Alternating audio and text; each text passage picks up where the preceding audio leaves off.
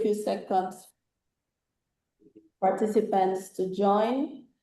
Your Excellencies, Honorable Ministers, distinguished guests, ladies and gentlemen, a very warm welcome. Thank you for joining us for the 18th meeting of the Malabo Montpellier Forum. I am Laibu Take, Director of Communication and Outreach at Academia 2063, and I'm joining you from Dakar, Senegal. Honored to be your host for the occasion.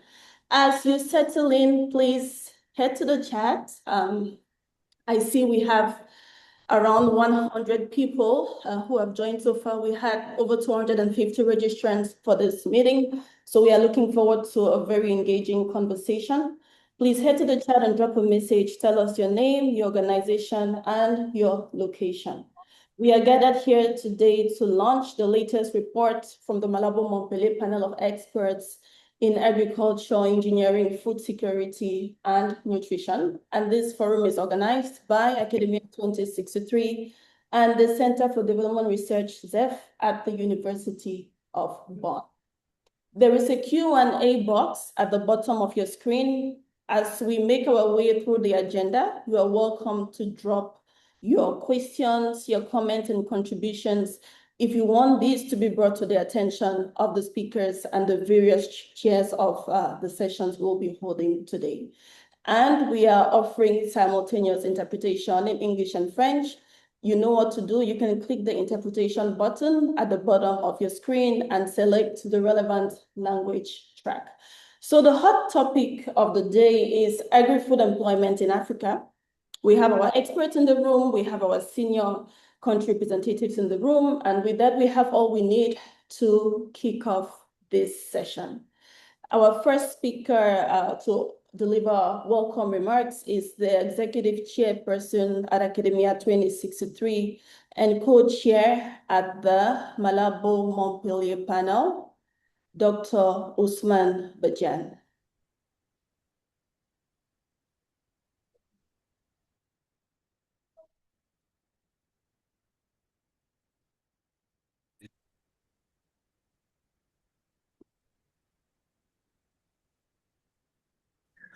Your Excellencies joining us here today, welcome to the 18th edition of the Malabo Montpellier Forum.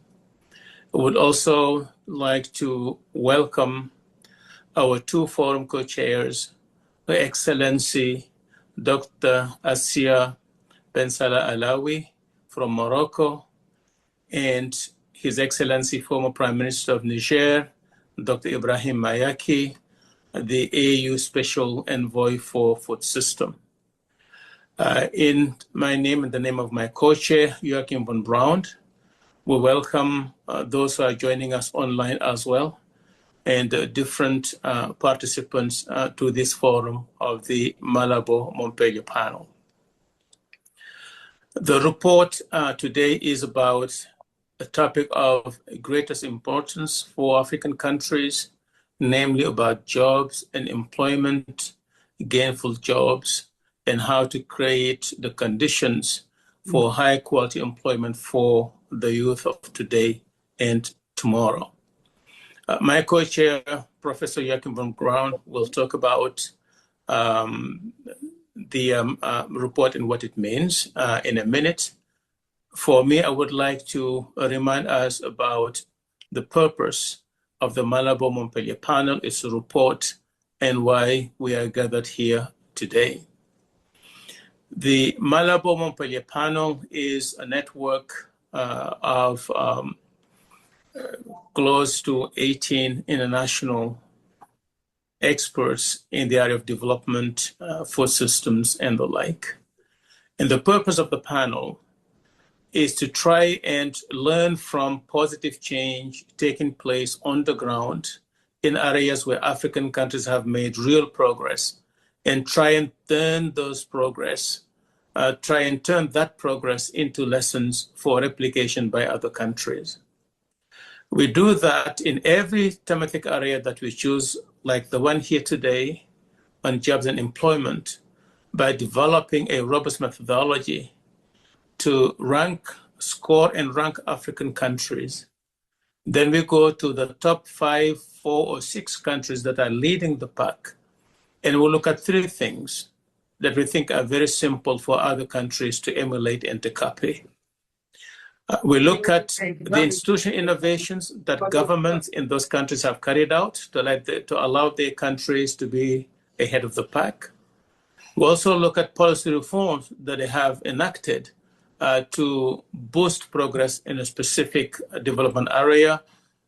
And we finally look at programmatic interventions that they have implemented that allow them to achieve the progress that have positioned them on the top of the list of African countries.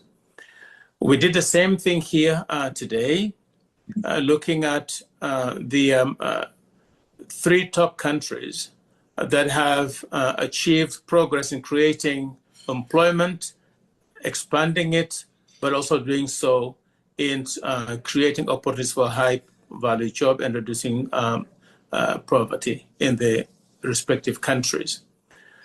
We have looked at the case of Ethiopia, we have looked at the case of Nigeria, and we have looked at the case of Rwanda.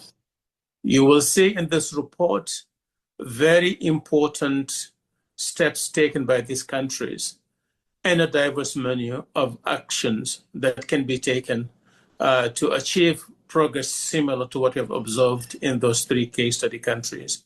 There are probably many more out there achieving similar progress, but those who feel like they would like to accelerate the pace of progress, there's something in these 3 countries that can provide ideas, provide sets of menus of actions that could be built upon to accelerate the pace of progress. So thank you to all of those who are joining us, and thank you to the Malabo Montpellier panel team that put this report together. Wishing you all a very productive deliberation. Thank you. We just heard welcome remarks from Malabo Montpellier panel co-chair, Dr. Osman Badian, Executive Chairperson at Academia 2063. Moving on to the next set of welcome remarks from the Malabo Montpellier panel co-chair at the Center for Development Research, ZEF, University of Bonn, Professor Joachim von Braun. Thank you. Thank you, Dr. Butaka. I join my colleague, Dr. Badiane, in warmly welcoming the distinguished co-chairs of the forum, His Excellency Dr. Ibrahim Mayaki and Her Excellency Dr. Asya Ben Salah Alawi. We in the Malabo Montpellier panel and the team are extremely grateful for your leadership and guidance. Excellencies, dear participants, compared to other hemispheres, Africa's employment issues are special in terms of challenges and special in terms of opportunities.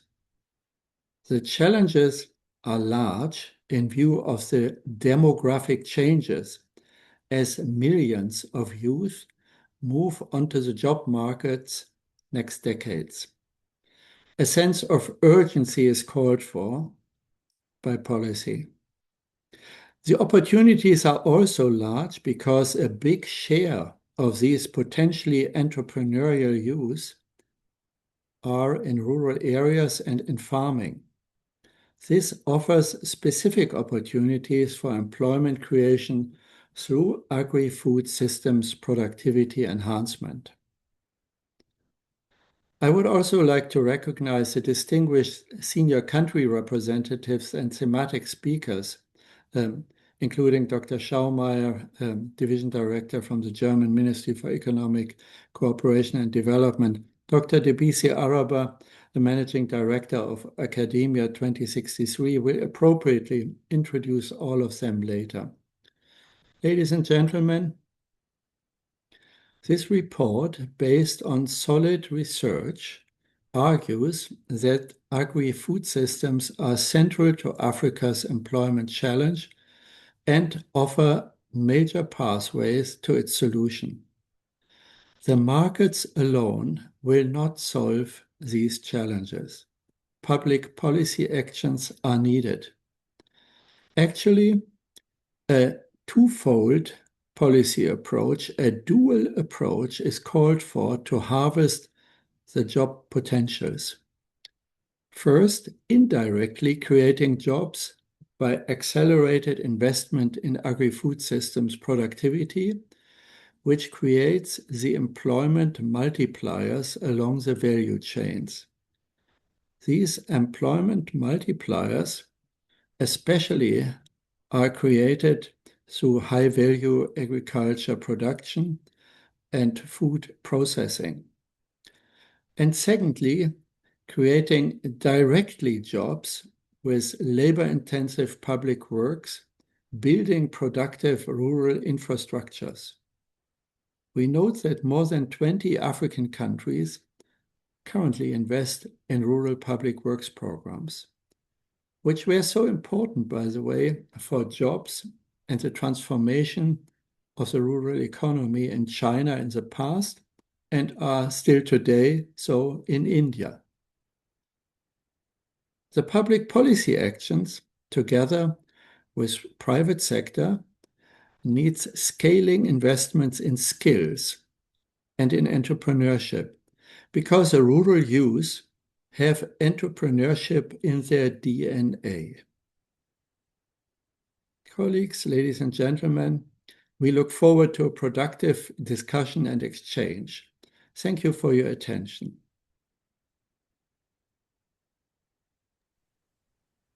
Thank you, Professor Von Braun, for setting the stage and establishing the context of this meeting.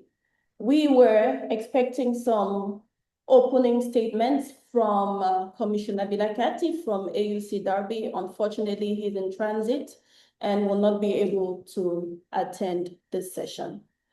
With that, we will now move on to the business of the day to discover the findings of the latest report by the Malabo Montpellier panel.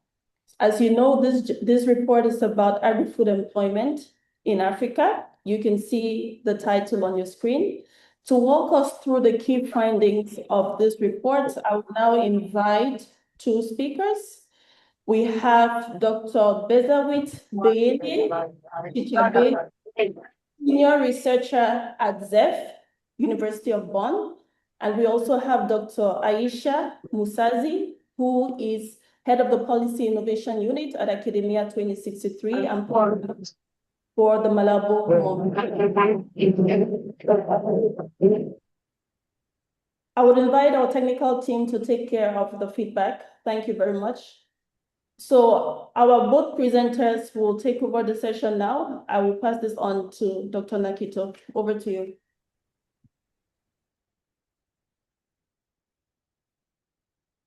Okay. Go ahead.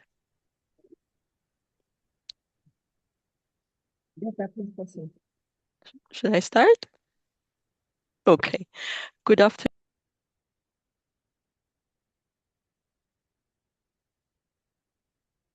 Hello, can you hear me? Okay. Good afternoon, distinguished guests, members of the Malabo Montpellier panel, colleagues, and ladies and gentlemen. It's a great pleasure to join you today to present the Africa-wide perspectives from our report, Job Harvest, Policy Innovations for Inclusive Agri-Food Employment in Africa. Basically, our presentation is structured into three parts. First, I'll begin by highlighting the key employment challenges in Africa, and then highlight the important role agri-food systems will play as an engine of job creation, and then highlight the important policy actions to transform employment across the continent. And that will be basically followed by lessons from the case study countries, and then important key action agendas and recommendations. So basically, Africa faces a unique employment challenge. The continent has a young and growing workforce and a relatively high labor force participation. However, the main challenge is not necessarily unemployment, because many people, or more specifically the poor, don't afford to remain unemployed. So therefore, they engage in any available economic activity. This explains why basically we see very low unemployment rates. So the bigger question is then the issue is more about quality of employment. So as you see in the figure, currently about 84% of the total employment remains informal, and working poverty remains higher compared to the global averages. So the central question that we face is not necessarily only about creating more jobs, but how to create more productive, secure, and productive, decent employment opportunities. Next.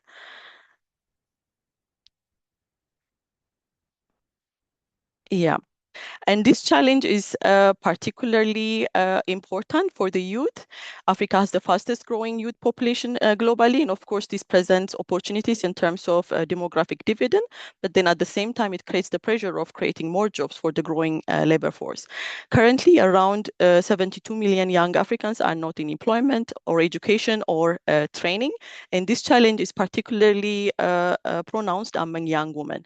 So if you look at the young women classified as NATE, it's about 29% as compared to young males, which is about 17%. So this highlights the persistent global, gender gaps in access to skill development and economic opportunities. But at the same time, employment itself is not enough. As we have seen earlier, many young people are also concentrated mainly in informal and low productive activities. Therefore, the priority is not only creating jobs for them, but also creating and expanding pathways towards more productive and decent employment. Next. And this is where agri-food systems become central. Currently, agri-food system remains the largest source of employment in Africa, accounting to about 63% of the total employment, which is the highest globally. And also, while the share of employment for the primary agriculture is gradually declining as economics transform, the absolute number of people actually engaging in primary agriculture is increasing, rising, for example, from about 171 million in 2000 to about 240 million in 2022. So this basically highlights that our primary agriculture will also continue to be very important major source of livelihood in Africa for a long time. And therefore, improving agricultural productivity will be essential, not only for increasing food production, but also for improving well-being and also generating and creating more decent and productive employment within the sector. But of course, we see that there is some transformation happening within agri-food system employment in itself. So future employment growth will also come to some extent from employment opportunities beyond primary agriculture into more processing, logistics, storage, trade, and food services. So therefore, it is important to also support the development of the whole value chain to create new and decent job opportunities beyond farming. Okay. So if we take then the structural transformation lens to look at the employment dynamics across Africa, we see that actually Africa is following a different pathway compared to what we have seen the structural transformation in other regions. Particularly, agricultural share of employment is declining gradually, but most of the workers leaving agriculture are not going into industry or manufacturing. They are rather being absorbed by the service sector. And of course, this creates an important opportunity, but labor movement in itself does not ensure improved well-being. Yeah, the outcome depends on to what extent those moving out of agriculture are moving into productive and decent employment opportunities. So this again highlights that beyond improving agricultural productivity growth outside of the agricultural sector is equally important, because if the non-farm sector cannot generate productive employment, the workers leaving agriculture would risk being absorbed by informal and low productive activities. Therefore, like a successful transformation requires both a more productive agricultural sector together with a stronger job creation in productive employment opportunities in the other productive sectors. Okay. Within the report, while we show agri-food system remains central for job creation in Africa, we also highlight the several barriers that limit its ability to generate productive and decent employment. The first thing is, which we already mentioned, demographic pressure remains a major challenge. Rapid population growth, particularly in rural areas, the increased pressure on land and also makes it difficult for the agricultural sector to absorb the new workers that are joining. Second, agricultural productivity remains low, so agriculture employs larger share of workers, but it continues to contribute very lower share of economic output. This reflects a significant productivity gap. Third, there are also persistent skill mismatches. So as agri-food systems modernize, they require more digital, technical, entrepreneurial, and market-oriented skills, but the current education system does not necessarily meet these needs. In addition, of course, limited access to finance, land, technology, and information. At the same time, also increasing climate and conflict shocks and risks further constrain employment transformation for youth and women. Having said the barriers that make it hard for the agri-food system to contribute for decent employment creation, we also highlight in the report important opportunities for decent employment creation within agri-food system. And one first major opportunities, value chain development. Of course, expanding activities beyond primary agriculture production, including processing, logistic, storage, distribution, can create high productive jobs. Digital technologies and AI also offer new opportunities by improving access to information, markets, and services. Secondary cities also can play an important role by linking rural producers with growing urban markets. And also deepening regional integration can also increase and boost processed food trade, expand markets, and also generate employment across agri-food industries. But of course, unlocking all this requires the right policy environment. And here, important policy actions would be, for example, investing in infrastructure, securing land rights, improving access to finance, and also improving skill development and direct employment policies. And particularly for direct employment policies in the report, we also highlight in the next slide the public works program. Of course, experiences from countries such as China, India show that when public works are linked to productive investments, they can support rural transformation by creating employment at the same time while improving infrastructure and rural development in productive assets. And several African countries have adopted these approaches. Looking at our case study countries, for example, Ethiopia, the Productive State Net program is one of the largest examples in Africa, reaching about 7 to 8 million beneficiaries annually through public works program, and at the same time improving food security, resilience, and improving watershed management and rural infrastructure and building resilience. And for Rwanda, an example would be the Vision 2020 Umurenge program, which has also supported about more than 1 million beneficiaries and generating more than 40 million paid working days and linking basically social protection with employment. In looking at Nigeria, the Fadama experience also represents a broader agricultural livelihood approach, supporting also millions of rural beneficiaries through basically community-driven agricultural investment and livelihood supports. But these countries are not special in using the public works program for employment purposes. Here we also highlight in the next slide countries such as, for example, Ghana, Malawi, Botswana, Niger, Uganda, Tanzania, South Africa, Kenya, and Zambia also have public works program which are also employment-oriented safety net programs. And these programs actually play an important role, especially in contexts where informality and underemployment remain high. So therefore, public works program should not only be seen as a social protection instrument, but also part of a broader strategy for job creation. Okay, having this general Africa-wide perspective, then I would pass it to Aisha to carry on with the lessons learned from the case studies. Thank you very much, Dr. Benza. And so allow me to lean on the protocols already mentioned or protocol observed. Good afternoon, good evening, good morning, wherever you are. So moving on to the lessons from the different countries, the country case studies, I would like to first share the methodology that was used to select these countries. As we see here, there are some selection indicators, which are 4. So just to go over them, the first one is identifying countries with strong economy-wide labor productivity growth. So these countries have broad-based productivity improvements that typically reflect structural transformation investment and increased capacity for improved job quality and overall upgrading.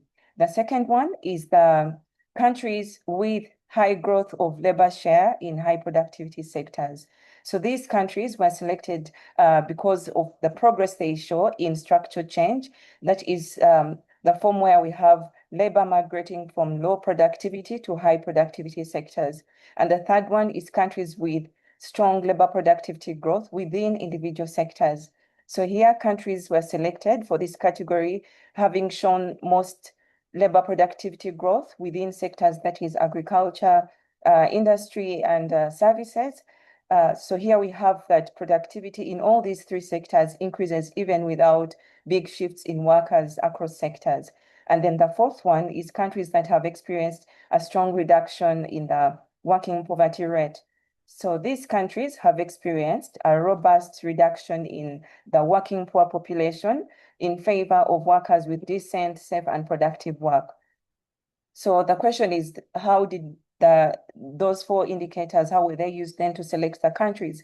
So this was done in 4 steps. Step 1 was the selection of top 15 countries in economy-wide labor productivity growth. So the top 15 countries were selected, as you can see on the table labeled step 1. And then step 2, top 15 countries in high growth of labor share in high productivity sectors. These were also identified.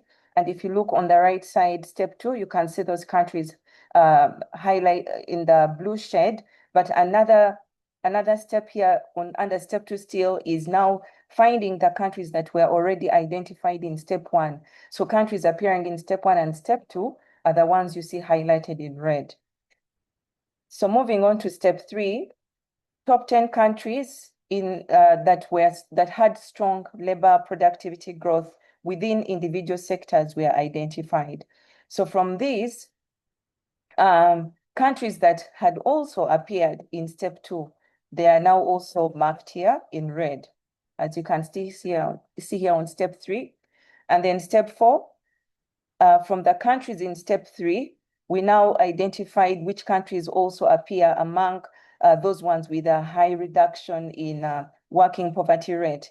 But the ones you see in a blue shade, those are the countries that had a high reduction in working poverty rate, higher than the African average. So from these, the countries that had already appeared in step 3 were highlighted. And as you can see here, we have Tanzania, Nigeria, Ethiopia, and Rwanda. So having had 3 countries from Eastern Africa, the top 2 of those were selected, those that performed best in all the indicators we have here. So that means that the final selection, we have Ethiopia, Nigeria, and Rwanda as the country case studies.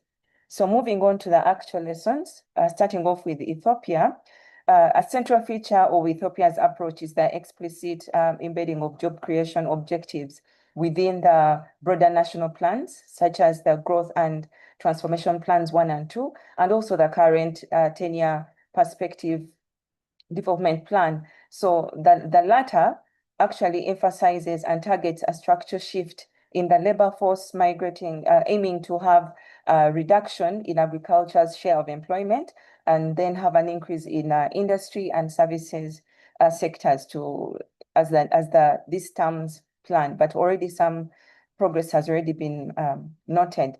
And then the National Employment Policy and Strategy was first actually adopted in 2009, and it provided Ethiopia's first comprehensive framework for productive employment. So the policy, also the current version, emphasized private sector led job creation, labor-intensive industrialization, medium and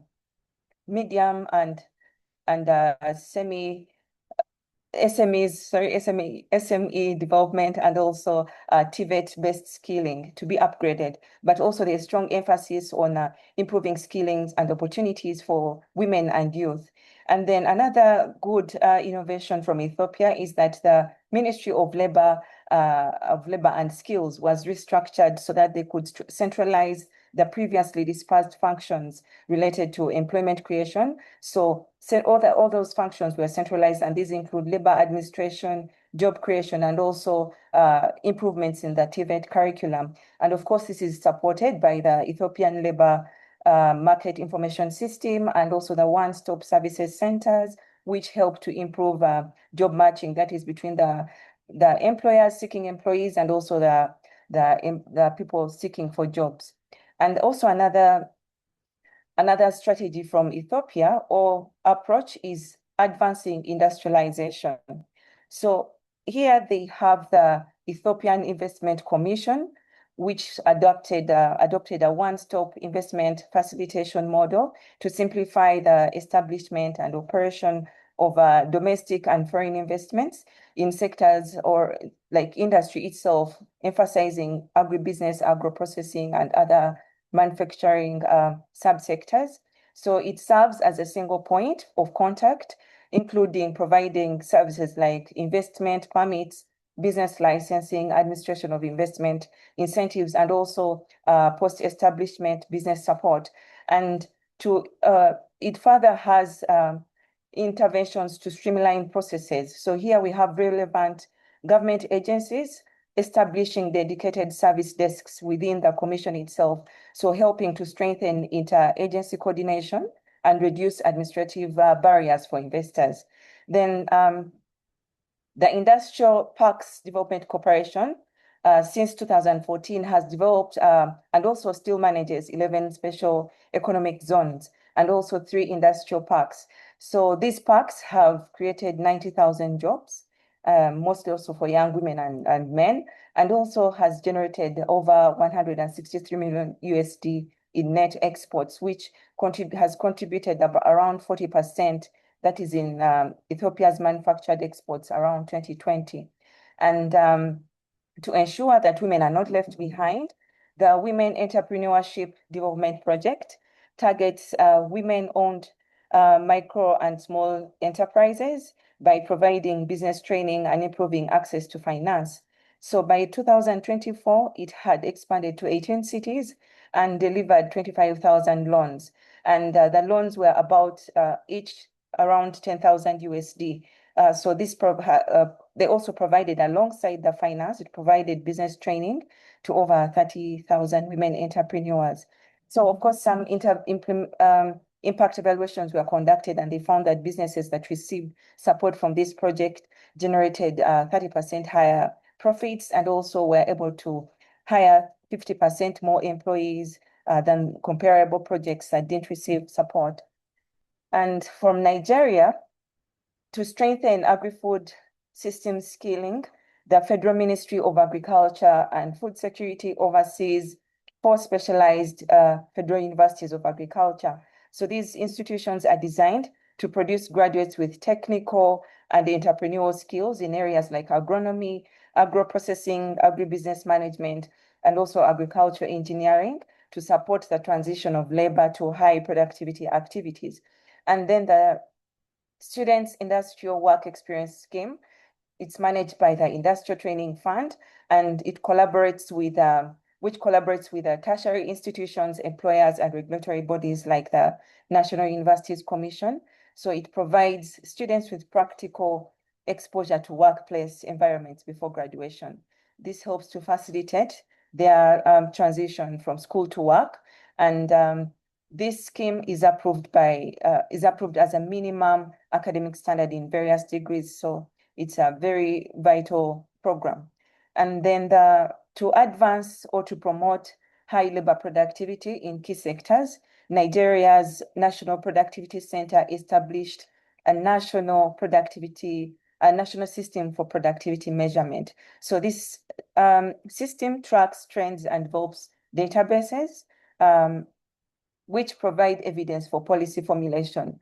It also assesses specific labor productivity constraints and identifies reform priorities.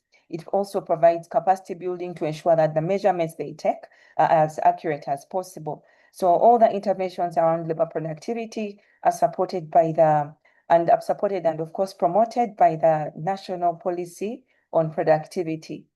And then moving on to efforts from Nigeria to advance rural development efforts, picking an example from Fadama 3, This project has reached over 5.8 million beneficiaries, and the beneficiaries' incomes have been reported to have been increased by over 40%. And so the FADAMA project has different components, but looking at the Graduate Unemployed Youth and Women Support Initiative, it provided startups to more than 5,000 young people who reported an additional creation of jobs, over 20,000 of them. And then N-Power, one of Nigeria's largest direct job programs, is already strengthening service delivery in critical sectors. It provides temporary and employment and skills development for young Nigerians through different placements in education, like through NTech, health through N-Health, agriculture, tax, and also vocational and digital skill tracks.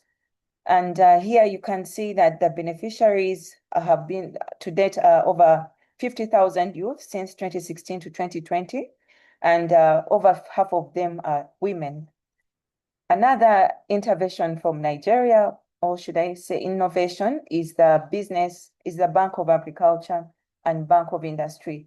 So these banks specifically target these sectors, all in effort to advance those sectors through increasing labor employment productivity, labor productivity growth, and also increasing the share of employment in industry, which is a high productivity sector.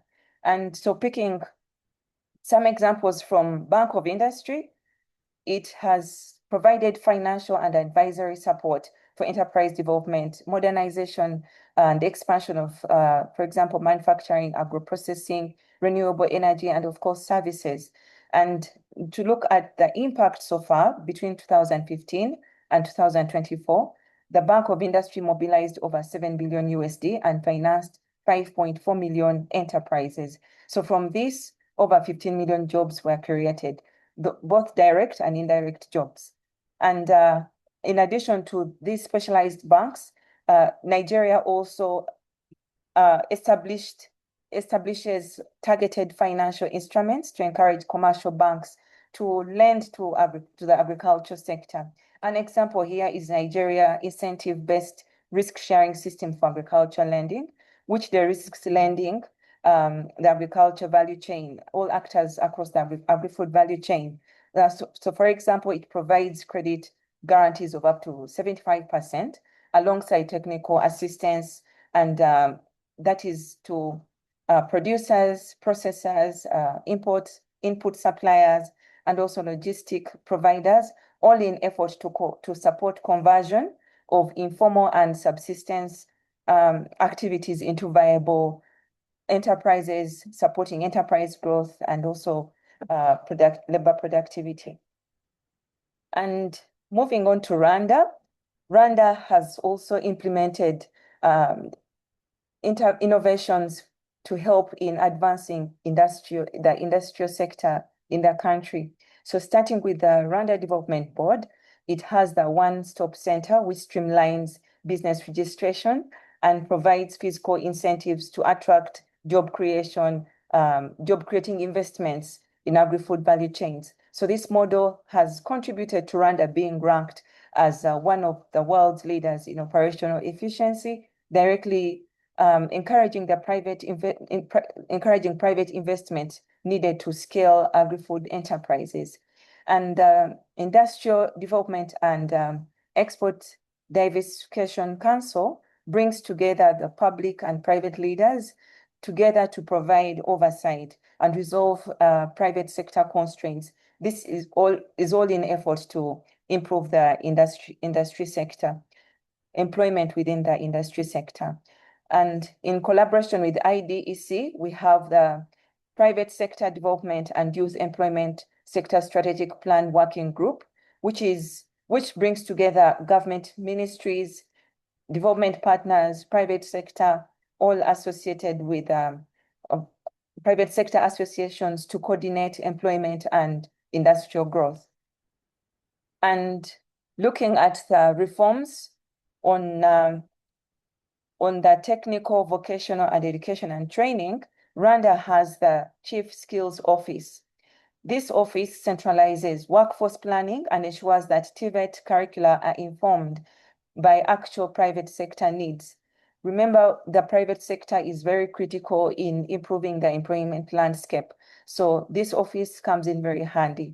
Also, we have in Rwanda, the Rwanda TVET board, which coordinates national TVET programs, designs curricula to make sure that they're up to date, teaching materials, and also promotes the professional development of trainers to ensure that education remains relevant to the labor market.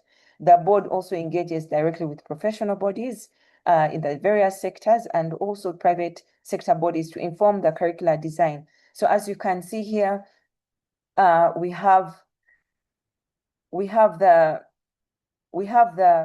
growth of the TVET institutions from 385 in 2017 to approximately 600 by 2026. And also the number of people that have enrolled has increased over the years, showing the impact and the good work done by the Rwanda TVET body. And then the Skills Development Board implements employer-led funding. So here it offers demand-driven short-term vocational training and also uses competitive matching grants to encourage training institutions and employers to partner together, and thereby this has resulted in an 84% employment rate of its graduates. So that concludes the lessons from the 3-country case studies. And now I would like to highlight the action agenda from the Malabo Montpellier panel. This is to all key stakeholders, government, development partners, and all other relevant actors in the employment landscape. So starting here, we have the emphasis on positioning productive agri-food employment to at the core of national development strategies. The next action agenda is the need to equip youth and women with skills to transform the agri-food sector. So here it's a call to strengthen skills by aligning education and TVET with labor market needs and to promote science, technology, engineering, and math, and also entrepreneurial skills among its young people and women. The third one is to address job informality and also improve worker protection. So this can be through simplifying regulation, expanding social protection, supporting MSMEs and also cooperatives, and also the informal workers, so that it can become simpler for them to formalize their work. Then the fourth call for action is strengthen mobilization of innovative financing and private investment to stimulate decent job creation. So this can be done to scale. This can be scaled in order to have more enterprises employing young people in the agri-food sector to create decent jobs and also having more women-led businesses. And then the fifth one is a call to build a digital enterprise ecosystem for rural employment and agri-food innovation. So this can be through improving rural connectivity, digital skills, digital public infrastructure, and increasing support for agri-tech innovation. And the sixth one is a call to invest in labor-intensive rural infrastructure to create jobs and strengthen rural economies. So this is very vital as it helps to generate more jobs while also improving market access through irrigation development, storage facilities, and also rural value chains. And the last call to action from the panel is to strengthen the harmonization of labor market statistics across countries. So this is important as it can help to better track agri-food employment, inform policy, and also enable cross-country comparability. We thank you so much for your attention. I now take you back to Laine. Thank you. Thank you so much, Dr. Nakito, Dr. Chichai-Bellu, for presenting the findings of the 18th Malabo Montpellier report, Job Harvest. We have seen the examples from the 3 case study countries, and we have seen the action agenda proposed by the panel. We will now hear from the forum co-chair, His Excellency Dr. Ibrahim Mayaki, African Union Special Envoy for Food Systems, and former Prime Minister from Niger. He will share his reflections on the findings of the report. Over to you, sir. Thank you very much, Dr. Mutake, and I would like to recognize and greet Her Excellency, my colleague co-chair, Her Excellency Asia Ben Salah Alawi. Good afternoon. The co-chairs of Mamo panel, Dr. Van Braun, Dr. Badian, and also salute Dr. Debisi Araba, and Excellencies, Ministers, distinguished participants.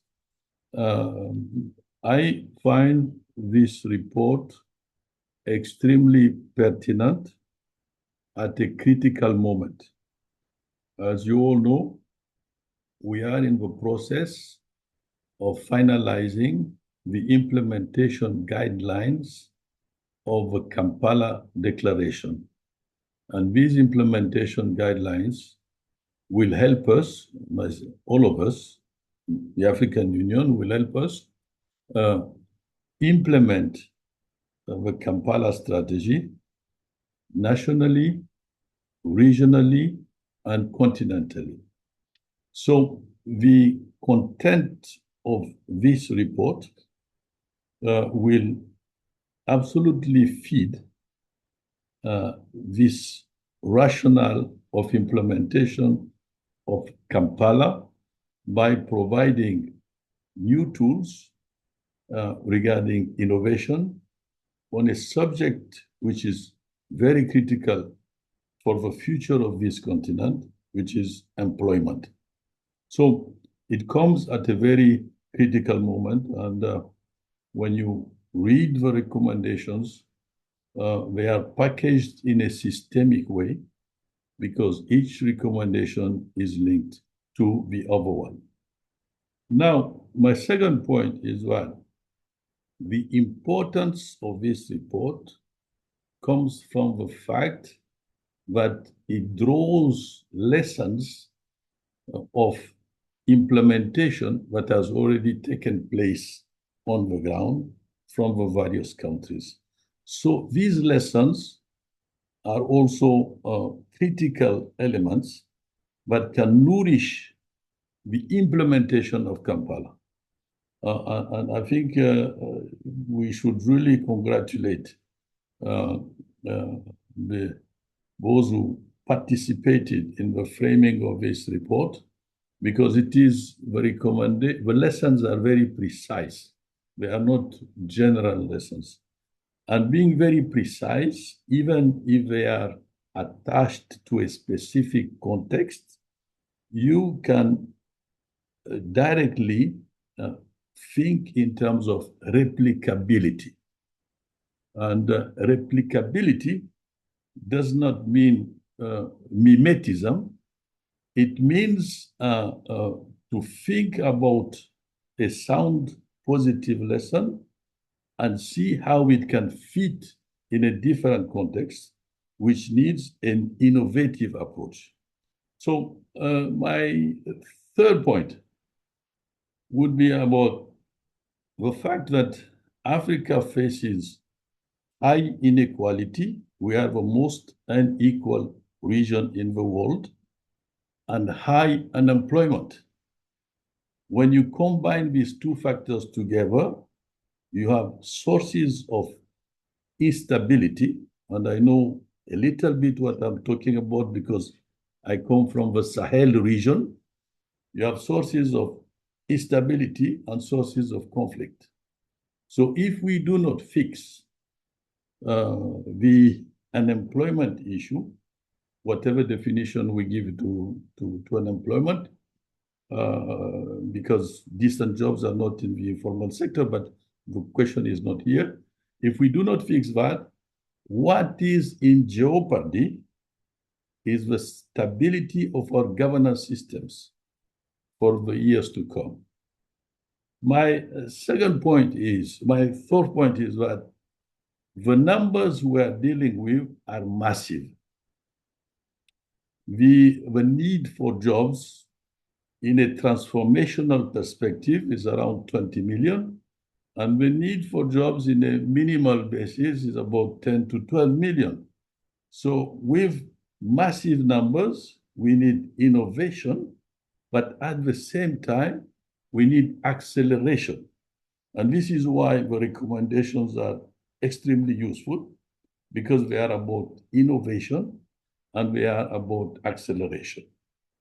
Fifth point is productivity growth is fundamental, because it will be difficult to transform our agri-food systems if productivity growth does not happen. And we know the conditions that can make it happen. And there is one condition, and that's my sixth point, which is, for me, important. Governments need to be in the driving seat. Jobs are created by the private sector. They are not created by governments, but governments create the ecosystem and have indirect tools that can help create jobs, but governments should be in the driving seat, as Professor von Braun said at the beginning. So I will end by saying that jobs will be created. The potential for the creation of jobs in the agri-food system is high, but also outside of the agri-food sector, which means that all public policies should move together in the same direction, whether it is about infrastructure, whether it is about trade, whether it is about education, etc. All sectors need to move together. So we have a triangle, which is quite well reflected in the report. One critical point of the triangle, governments at the driving seat. Second point, agri-food system transformation with productivity as a key ingredient. And the third one is that all sectors need to move together. We cannot neglect. We do not have a possibility or the luxury to neglect one sector. And I will end by two words: innovation and acceleration are the motto of what should be done. And it's extremely well framed in this report, which will be extremely useful for the African Union. And I thank you. Thank you so much, Your Excellency, Dr. Mayaki, for those powerful remarks. And I think we all heard when he said that governments create the ecosystem, governments should be behind the wheel. That is a perfect transition to the next session, where we will be hearing from senior representatives of African governments. I will now invite the chair, Dr. Debisi Araba, Managing Director at Academia 2063. He is also an emeritus member of the Malabo Montpellier panel. He will be chairing and moderating the following segment. Dr. Araba, over to you. Thank you. Thank you very much, Dr. Batake. Greetings, everyone, from wherever you are joining us. It is my pleasure to take us to this next session. And before I do want to acknowledge what was just said by Dr. Mayaki, innovation and acceleration. I think it couldn't be said better. Now, for this session, we're going to dive deeper into the mechanics of what countries are actually doing, higher resolution information and perspectives on what countries are doing to catalyze or create the enabling environment for the creation of dignified jobs within the agri-food value chains or agri-food systems. First, I would like to invite His Excellency, Senator Abubakar Kyari, the Honorable Minister, Federal Ministry of Agriculture and Food Security, Federal Republic of Nigeria. Honorable Minister, are you on? Yes, good afternoon, Dr. Araba. I I don't seem to see my video showing on the screen, but I don't know if you can see me or somebody has to let me in. We don't see you, but I assume the tech team Okay. will enable that. I think they've. But It I might can just see be a everybody technical else. glitch. That's fine, Honorable Minister. I Okay. think we can carry on. If you can hear me, we can hear you very clearly. So I Yes, I think we can can hear carry you. on. Yeah. Okay, All excellent. right. So Okay. Thank you. I have a couple of questions, but I think we'll probably go through the first round of questions with the panel members, and then we'll see how we weave in a second question depending on how much time we have for this session. You're the minister in charge of agriculture and food security in Nigeria. The country has successfully decreased its share of youth not in employment, education, or training, the NEET, to well below the African average, particularly in rural areas. Could you share with us what innovations, policies, programs have been responsible for this success, and how have you gone about achieving this? Well, let me thank you, Dr. Araba. Let me begin by commending the Malabo Montpellier panel for the job harvest report and for selecting Nigeria as one of its 3 country case studies. We take that involvement and recognition seriously because behind every improved employment figure is a young Nigerian who chose to build a livelihood in agriculture rather than walk away from it.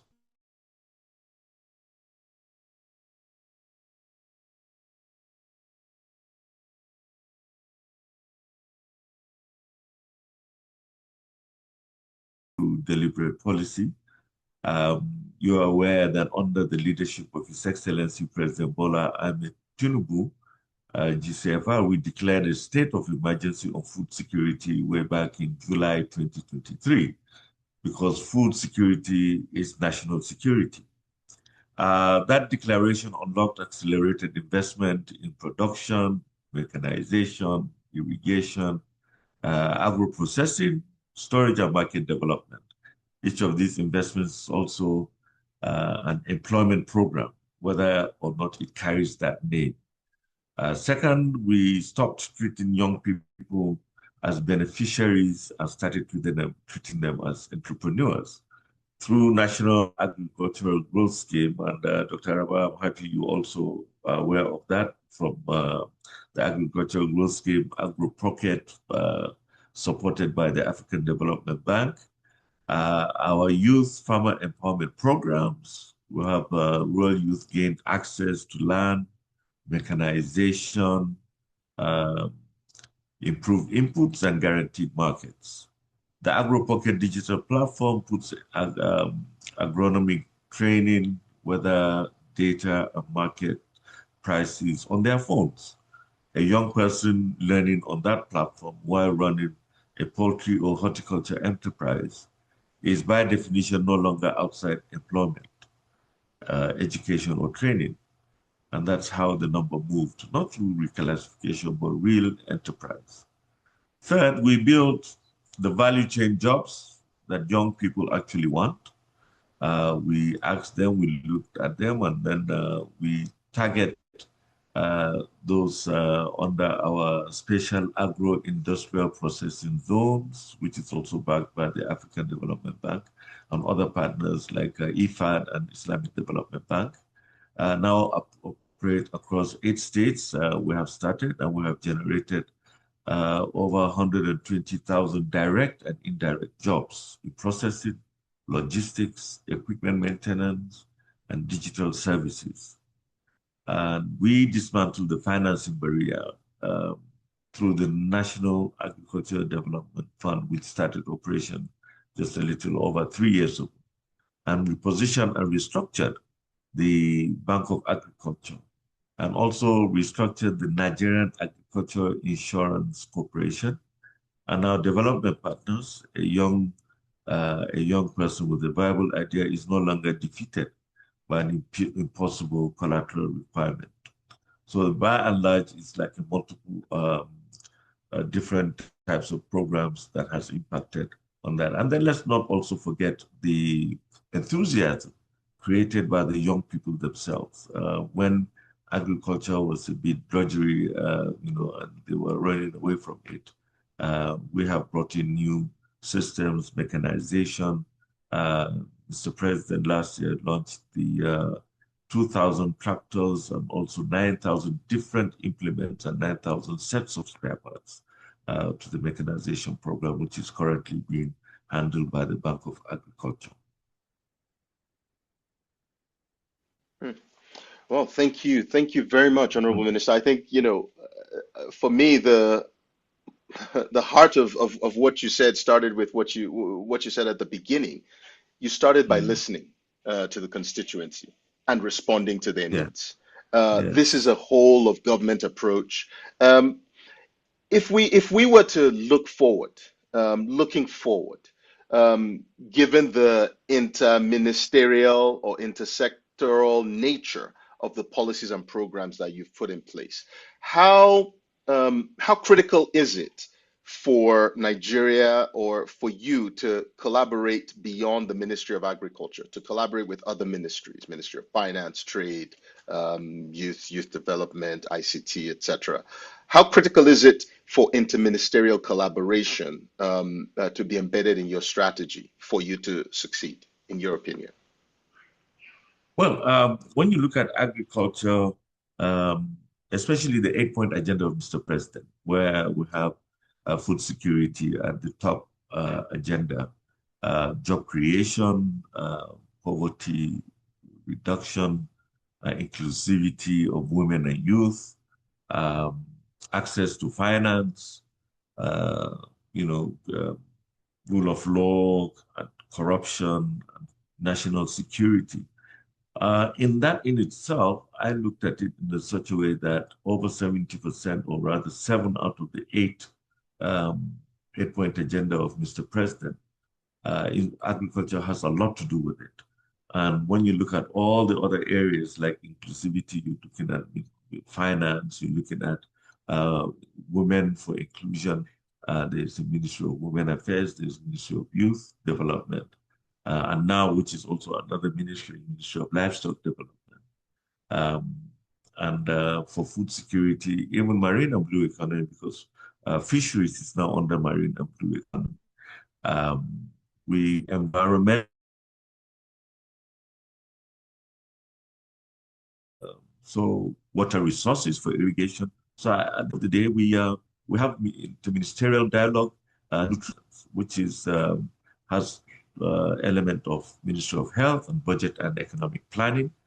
We have the Council on Nutrition that all of us are on board on that under the chairmanship of His Excellency the Vice President.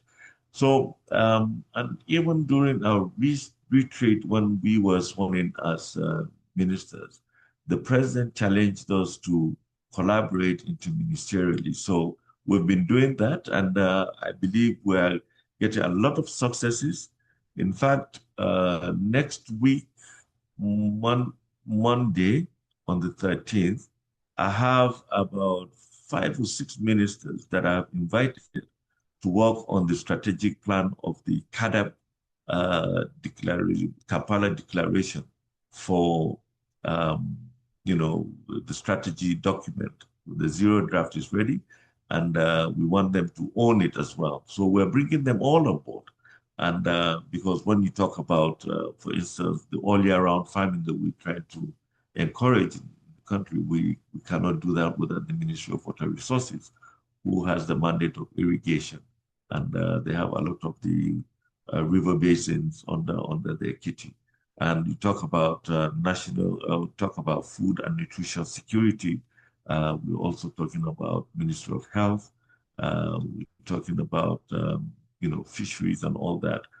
So we have a lot of funders, and we are all in one as a team, working all together, trying to bring about all the points on the 8-point agenda of Mr. President, which also, like I said, we have about 70–80%. Wonderful. No, these are very good. Thanks for the elaboration, Honorable Minister. I would like to switch gears a little and move to Miss Paulina Addy, Director of Women in Agriculture Development at the Ministry of Food and Agriculture in Ghana. Ms. Adi, are you here with us? Yes, I am. Good afternoon. Wonderful. And Good thanks afternoon. to the academic team for the opportunity offered. Thank you very much. It's a pleasure to have you here. Now, Ghana has achieved quite a lot in agriculture and food security, particularly how you've prioritized women's economic empowerment through the Women in Agriculture Development Directorate, providing training in value addition, agribusiness, nutrition, post-harvest management. These interventions, they've strengthened women's productivity, their income, participation in agriculture value chains. From your experience, what are the most effective interventions for supporting women to move from subsistence farming into higher value, more profitable agri-business enterprises that create jobs for others? From your experience. All right. Thank you very much. And I would want to say that you need to do your research very well, and then your interventions will hit right. Women do very well on the post-production segment of the agri-value chain, and that is the processing bit. And that is also a hub that pulls production and also trigger trading, distribution, etc. So for perishable commodities like the cassava we've had women grouped around what we call good processing centers or good practice centers. And they have done processing of cassava into very stable forms. And at that point, we are able to intervene with the quality assurance elements to ensure that whatever they churn out is of the desired quality to get them the needed markets and the income. That pulls a lot of agricultural produce, that's the raw material they need. It also pulls together the maintenance team for the equipment. It also triggers trading because traders come all the way once they are guaranteed that the product is of high quality. They will all troop, they come, they test, and they move away with the volumes. But when you group the women, the group dynamics and then the element of trust is what we reinforce to make sure these groups thrive. We have a lot of them even today beyond the project's tenure, and they are still working okay. They are still making the needed income. And there's also the continuous improvement in their operations, product upgrade, process upgrade, all to ensure quality is achieved to get them additional income. And we also think that for a decentralized system, we have to keep the focus on agriculture, especially the processing hub. Energy matters, water matters. All these things go in to support agri-food production and, for that matter, food security in these respective locations. And these are rural-based economies. And once there's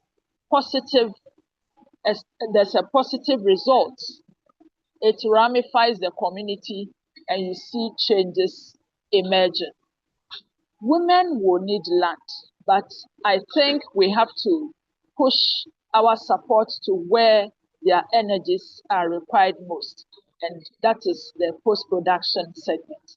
When you have them as groups, that is also enough to give them the needed collateral. From the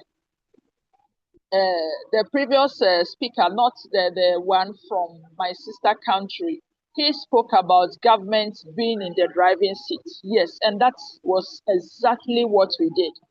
Provisioning of equipment, provisioning of the technical expertise, just creating that enabling environment to ensure that their business thrive. And then we look at strengthening microfinancing systems to prop them up. We realize that if they don't have the focus and money comes, it gets wasted. So all these are tailored to make sure things are really done well to sustain whatever they do in that space. They are women, but the agro processing point or that hub is what pulls the others, thereby creating jobs for them. They can be men, they can be women, they can be youth, but I think the most important is to strengthen that locus to make sure women excel in their enterprises. Thank you very much. Thank you. Thank you very much, Miss Adi. Women hold up half the sky. And I really love how you built on what Honorable Chiari mentioned at the start of the whole of government approach. You then added the layer of your intervention needs to be targeted. You need to have the data that informs the targeted intervention. Switching gears a little bit now and bringing on Madame Noor Elamarti from the Ministry of Economic Inclusion, Small Business, Employment and Skills from the Kingdom of Morocco. Madame Elamarti, are you on? Yes, I'm here. Oh, Do you wonderful. hear me? Yes, loud and clear. It's good to have Good. you. So Thank you. we want to hear, the amazing work. And each time I go to Morocco, I love to take the trains, the high-speed trains, and just see the agriculture development happening in the rural area or the rural spaces between cities. What are you doing that is so unique in Morocco? What incentives or partnerships from your experience have proven most effective in encouraging agribusinesses to invest in workforce development, apprenticeships, and the creation of quality jobs in rural areas across Morocco? What's going on in Morocco? What can we learn from you? Okay, thank you. So allow me, I will speak in French because I am more comfortable with it. Please So feel comfortable. I hope We have it will be translation okay for you. services. Yes, we Thank have you. translation Thank you. services. Ok, merci beaucoup. En tout cas, merci pour votre invitation. Merci pour la présentation qui a été faite du rapport. Et merci pour tous les apprentissages à travers le rapport que vous avez créé. Donc, pour être très brève, donc je voudrais revenir sur justement l'expérience marocaine. L'expérience marocaine est une expérience qui a démontré au fait que on a été sur une articulation sur différents leviers. On parle de la politique agricole, on parle de mesures actives de l'emploi et on parle de formation par apprentissage. Tout ça adossé à un dispositif de suivi de l'insertion professionnelle. Cette approche qui est intégrée constitue le fondement de la stratégie agricole qui est la stratégie Génération Green 2020-2030. Donc, cette génération Green 2020-2030, elle repose sur deux piliers complémentaires. Le premier, c'est la valorisation du capital humain agricole et le deuxième, c'est la pérennisation d'un développement agricole durable et compétitif. Et nous sommes là justement pour parler du pilier capital humain et je veux me concentrer sur ce pilier. Donc, cette stratégie 2020-2030 avait pour objectif de créer 350 000 emplois ruraux, dont 170 000 destinés spécifiquement aux jeunes et aux femmes, dans l'agriculture et dans les services agro-connexes. Et à ce jour, nous avons créé 342 000 emplois, justement. L'idée aussi, c'est à travers cette stratégie, c'est d'attaquer le sous-emploi. Et l'objectif de cette stratégie est de porter le nombre moyen de jours de travail par ouvrier agricole de 110 jours à 140 jours par an. Donc, ce qui traite directement le sous-emploi chronique qu'on trouve dans le monde agricole, justement. Et je voudrais revenir ici, en parlant de ce point, je voudrais revenir sur tout le travail qui a été fait dans le cadre du dialogue social durant ces 5 dernières années. Je représente le ministère de l'Inclusion économique, de la petite entreprise, de l'emploi et des compétences. Donc c'est un ministère qui traite aussi bien de l'emploi que du travail, du dialogue social et des compétences. Et quand je parle des compétences, je parle de la formation professionnelle. Et j'y viendrai. Et donc, pourquoi je parle de dialogue social maintenant? C'est qu'il y a tout un travail qui a été fait sur le SMAG. Le SMAG, c'est le salaire minimum agricole, où on est passé de 2021 à 2026, on a fait une augmentation de 25%. Et donc, ça, c'est un point très important, parallèlement à tout le travail qui a été fait sur le nombre moyen de jours de travail horaire. Et un troisième point de la stratégie Génération Green, c'est qu'on a mobilisé 1 million d'hectares de terres collectives pour installer une nouvelle classe moyenne agricole, avec une ambition de constituer 400 000 exploitations familiales consolidées. Et nous avons accompagné également par des caravanes régionales d'entrepreneuriat rural. Donc, quand j'ai parlé tout à l'heure d'une articulation cohérente avec différents leviers, donc là, j'ai parlé de la politique agricole qui est la génération green, mais je voudrais également parler d'un programme que nous avons mis en place qui est le programme Intelaka. C'est un programme qui est destiné à l'entrepreneuriat pensé pour le monde rural, avec des prêts à taux préférentiel de 1,75% pour le monde rural, sachant que pour le monde urbain, on est à 2%, et avec des prêts qui peuvent atteindre 1,1 million de dirhams pour les gens entrepreneurs ruraux, pour les exploitants agricoles et également pour tout ce qui est coopératif. Je voudrais également parler d'un programme de formation professionnelle qui s'appelle Tadarruj, que nous venons de lancer en 2025. L'idée, c'est un programme de formation professionnelle dual. Donc, on est sur 20% de théorie et 80% qui se passe directement dans l'entreprise ou l'exploitation agricole. Donc, avec une cible dans tous les secteurs de 100 000 jeunes, avec 15 000 pour le secteur agricole spécifiquement. Et un budget dédié de 375 millions de dirhams pour l'agriculture et 48 millions de dirhams pour la pêche maritime. Juste pour avoir une idée, pour avoir une idée par rapport au dollar, 1 million de dirhams, c'est 100 000 dollars, plus ou moins, pour que vous ayez une idée sur les chiffres. Alors, je voudrais également revenir sur la feuille de route de l'emploi que nous avons lancée également en 2025, qui concerne la période entre 2025 et 2030, où l'emploi rural a été érigé en objectif autonome. Et donc, il y a 8 initiatives dans cette feuille de route de l'emploi. Et l'une des initiatives consiste principalement à la préservation du monde des emplois dans le milieu rural, avec une enveloppe de 1 milliard de dirhams destinée à cette initiative, justement. Vous m'avez demandé pour les partenariats. Je voudrais revenir aussi sur un certain nombre de partenariats, notamment à travers toutes les conventions que nous signons avec les fédérations agroalimentaires, différentes fédérations agroalimentaires au Maroc. La dernière en date, c'est celle que nous avons signée justement avec la Confédération marocaine de l'agriculture et du développement rural, le ministère de l'Agriculture et mon ministère de l'Inclusion économique, de l'emploi et des compétences, et l'ANAPEC. L'ANAPEC, c'est l'Agence du service public. Et c'est une convention qui a été signée pour répondre à une logique de l'emploi saisonnier agricole et comment le service public de l'emploi peut accompagner justement les entreprises agricoles à, euh, à répondre à cet emploi saisonnier qui existe dans le monde agricole principalement. Il y a encore beaucoup de choses à dire, mais je pense que je ne vais pas prendre plus de temps. Si vous avez des questions, je suis à vous. Merci beaucoup.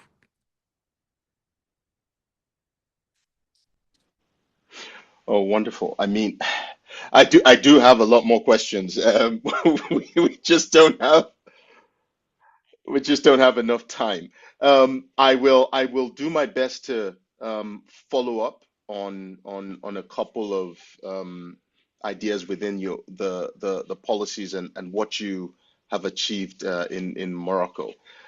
Thank you very much for that, Madam Welcome. Elamarti. Really welcome. I would like to thank you. I would like to invite Dr. Andreas Schaumeier to provide interim reactions. So this is halfway through the ministerial session now. But Dr. Schaumeier, could you provide your remarks and reflections on the report and what you're hearing so far? Over to you.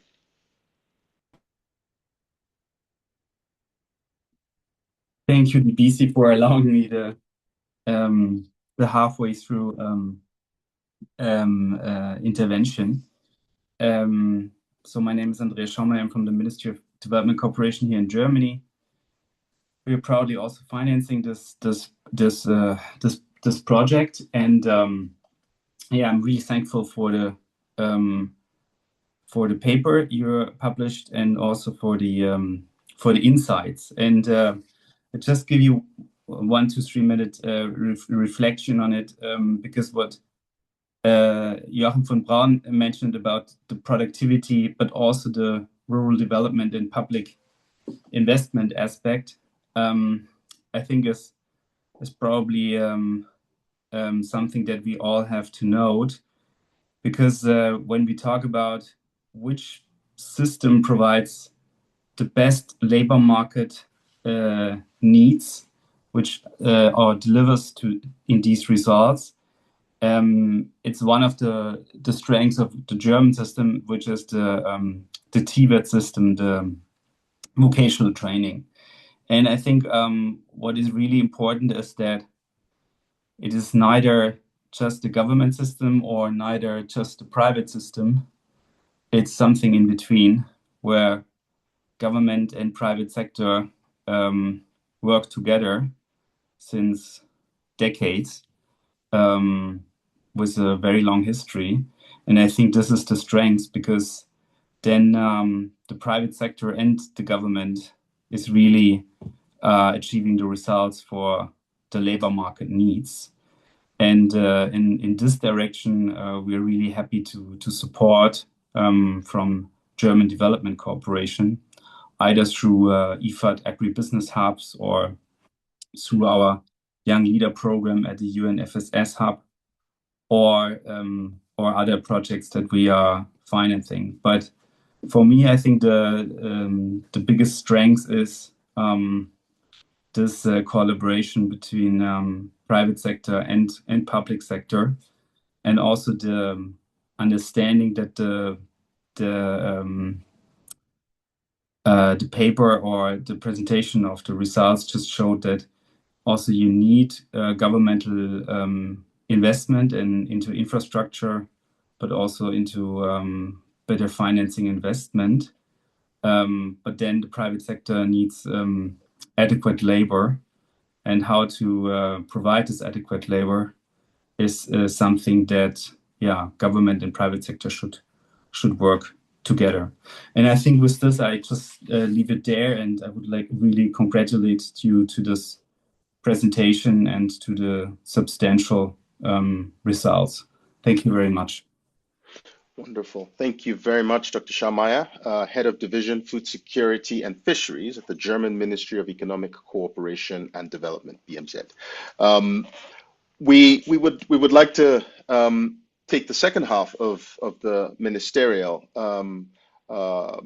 reflections, and I would like to invite Kwena Kumape, the Deputy Director General for Economic Development, Trade and Marketing for South Africa. Are you on?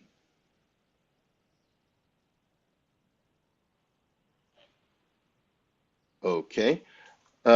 So maybe. Am I unmuted? Yes, I can hear you. Hi. Good afternoon. Yeah. Good afternoon. Good afternoon, Ms. Kumape. There is something that just popped up on my screen. I don't know how to remove it. But we can hear you. We can hear you very clearly. So Perhaps to dive in and following on what the previous speakers have, given their country perspectives. South Africa's Agriculture and Agro Processing Master Plan, which you launched in 2022, aims to promote agriculture transformation, increase competitiveness, and of course, create high quality employment opportunities, amongst other goals. In your opinion, what do you see as the key successes of this master plan to date in terms of employment generation?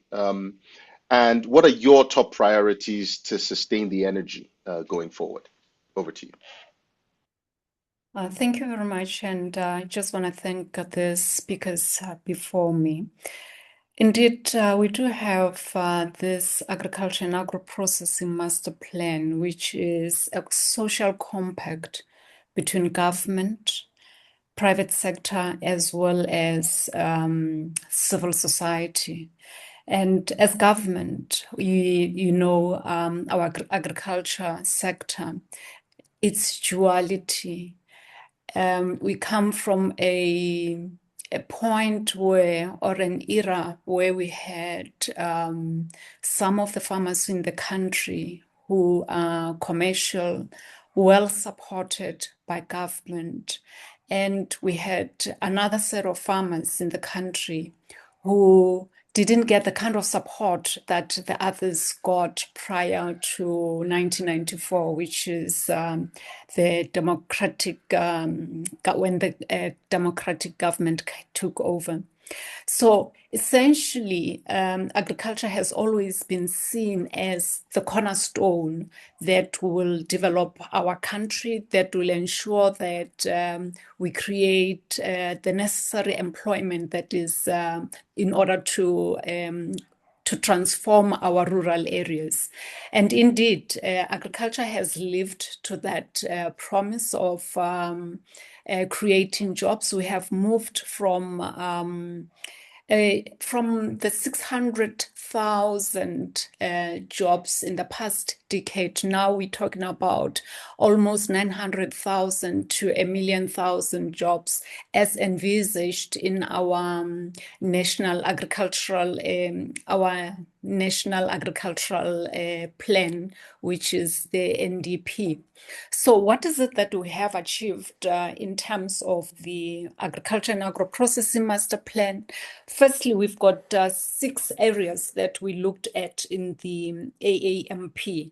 Firstly, we wanted government to come in. The first speaker said government creates the environment in which the private sector can be able to thrive and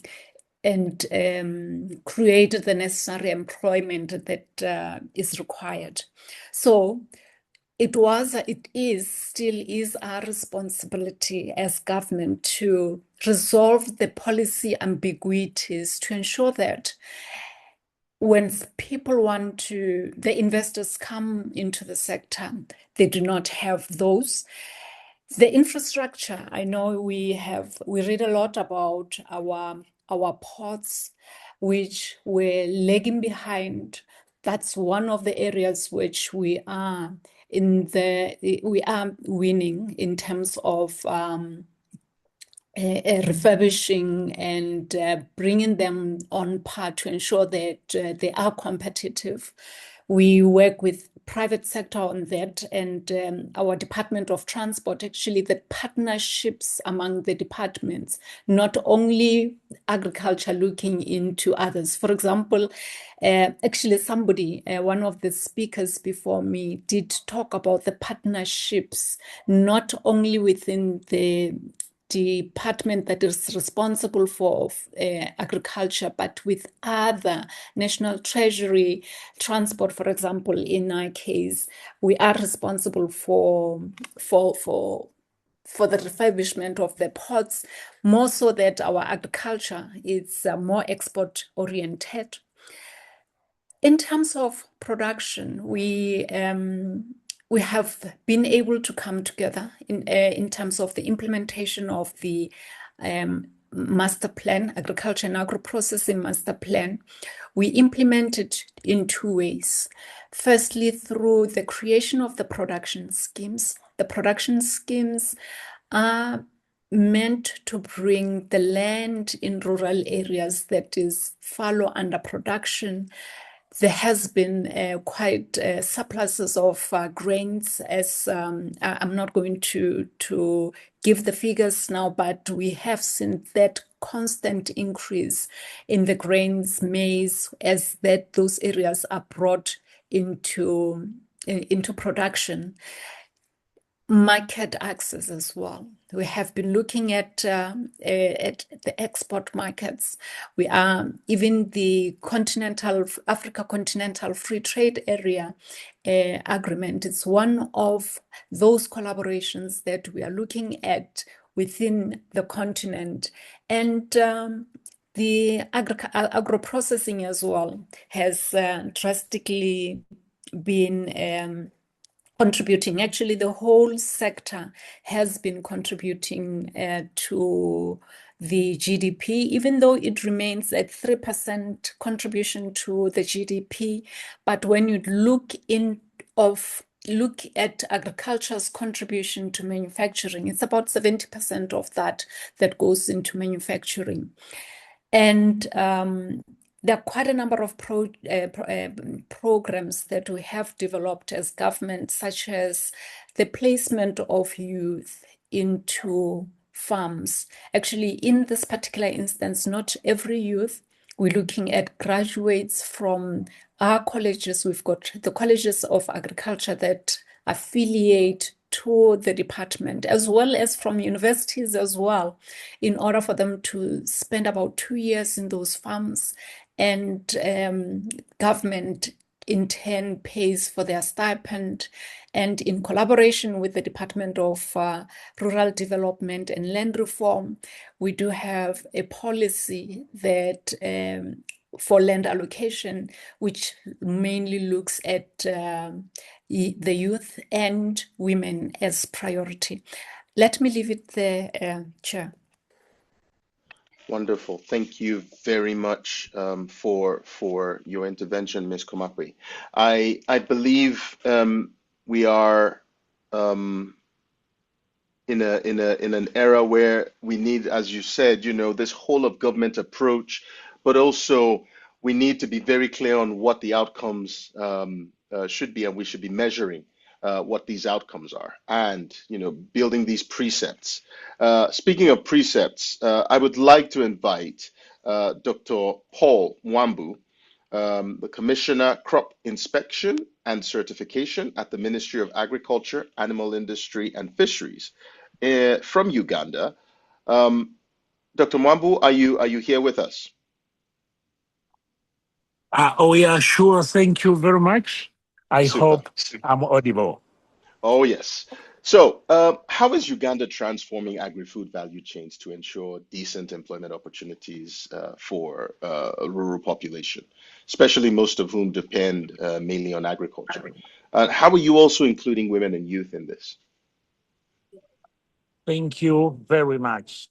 Your Excellencies, distinguished colleagues, I, as introduced, I'm Dr. Paul Mwambu, Commissioner for Crop Inspection and Certification, and I am standing in for my Honorable Minister for Agriculture, Honorable Frank Tumwebaze, who sends his sincere apologies because he's in a meeting to get familiarized with the ministry departments after his recent appointment.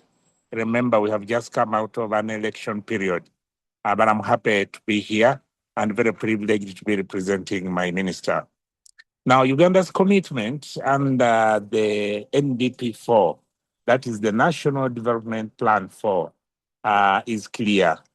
We intend as a country to create 60,000 new agro-processing jobs every year. And we are reorganizing our entire government machinery to deliver on that target. We are not approaching food systems transformation as an agriculture agenda alone. We are doing this as a national economic priority, requiring coordinated action across ministries, agencies, and the private sector. So indeed, like many other countries that have presented, we have also institutionalized a whole of government coordination framework through the National Food Systems Coordination Committee, which has been put at a very high level, that is under the office of the Prime Minister. So the Prime Minister coordinates this. Now, this mechanism ensures that agriculture, infrastructure, finance, energy, trade, ICT, research are well coordinated by our Prime Minister. Secondly, we have embedded food systems transformation directly into our National Development Plan 4. More than 70% of these investments sit within the agro-industrialization program, and their success depends on other ministries, departments, and agencies.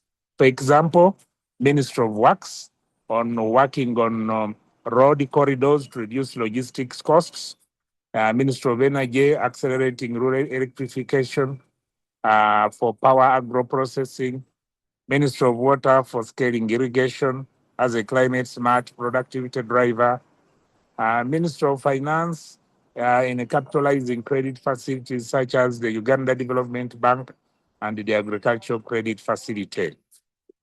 Now, thirdly, Uganda is deliberately reducing risk for investors. And our agriculture insurance facility of about 5 billion shillings annually is always available, and which is exempt from VAT and stamp duty. So to us, we believe that this is a strong signal that Uganda is serious about de-risking agri-food investments. And this has worked quite well, especially in the livestock keeping communities and those communities who grow coffee on a large scale. So colleagues, these, in our view, are some of the examples of how we are trying to ensure that there's a strong focus on value addition and employment generation that includes and targets, and that includes processing of about 60,000 jobs in our economy. So on the second one, Oh, okay. sorry. I thought you were done, Dr. Mabu. Please carry on. Okay. I think I'm basically done. I just Okay. wanted to add one to say yes, please. Because I want to stay with Uganda. There's so much to Yes, learn please. from Uganda, and I would like to invite Professor Charles Kwesiga, the Executive Director of the Uganda Industrial Research Institute. Prof, are you on the call? Yes, I am. Wonderful. Now, Dr. Wambu has just given us this broad view of what Uganda is doing. But from your perspective, as agri-food systems become increasingly driven by digitalization and value addition, as we've been hearing, what technical and transferable skills will be most critical for the agri-food workforce? Thank you very much. I admire a lot I've had. And Dr. Mambu, thank you very much that we're meeting in international airwaves. My take is that the underlying most critical part of what we are talking about is creation of viable enterprises, whether they're in food processing, whether they're in agricultural production.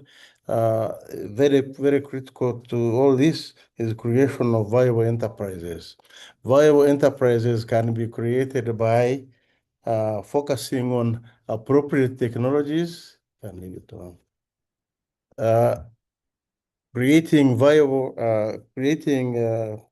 enterprises requires appropriate technologies. It requires human capital, highly skilled manpower. It requires affordable financing, and that way they can be enabled to engage the market. But they have to do all this in a highly entrepreneurial, with high entrepreneurial acumen. I was glad to hear that the Bank of Agriculture in Nigeria is doing its part. And it reminds me, all these successful stories we've had. If you go to China, almost every sector has a specialized bank for SMEs. If you go to Thailand, the same story. So affordable financing is another major component for this creation of viable enterprises. Of course, there are other enablers that we must that are critical: energy sources, connectivity, road networks, and so on. And so, and then since there are so many players involved in this, it is important to adhere to the agro-product value chains that connect farm level production, processing and value addition, and consumers.